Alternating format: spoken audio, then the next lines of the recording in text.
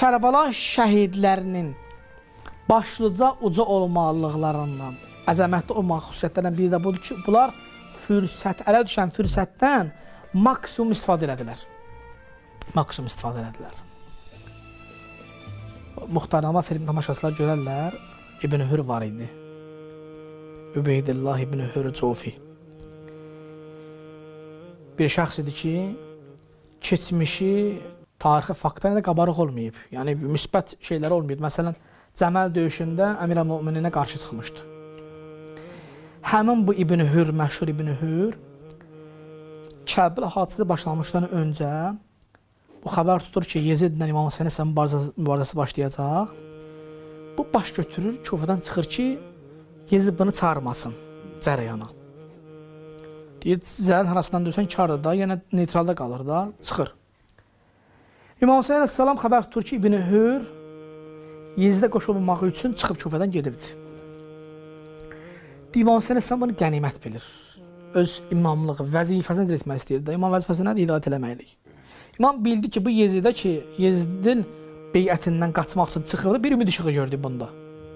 Özü deyir İbn Hür, deyir, Cəəl Hüseyin ələs-Səbiyanı məəh.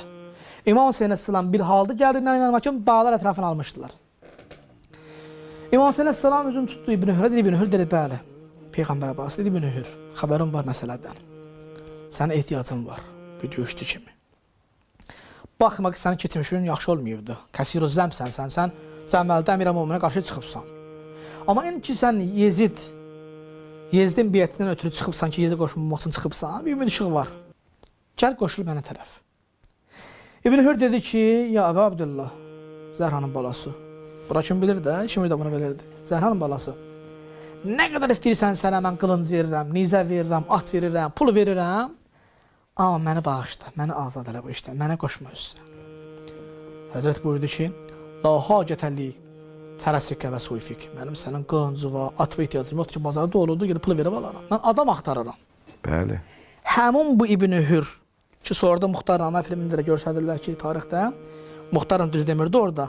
Həmin bu İbn Hür əlinə düşən fürsət, hansı fürsət? İmam dəvət elədi də onu. İmam Allahın hələ var ki, mən gedib qoşulam, digərləri kimi. Bir də var ki, imam özü məni dəvət edib, bu fürsət əldən bıraxam. Tarix yazır ki, zahirən hələ başlar bədəndən ayrılmamışdı. Kəbir hadisəsi törədiləndən sonra İbn Hür gəldi. Orada bir şeir deyir ərəbcə. Şeirin məfhumu budur ki, deyir ki, İbn Hür, yan tökül indi ki, sən Zəhranın balasını tək qoydun. Buna deyirlər, fürsəti əldən verməklik.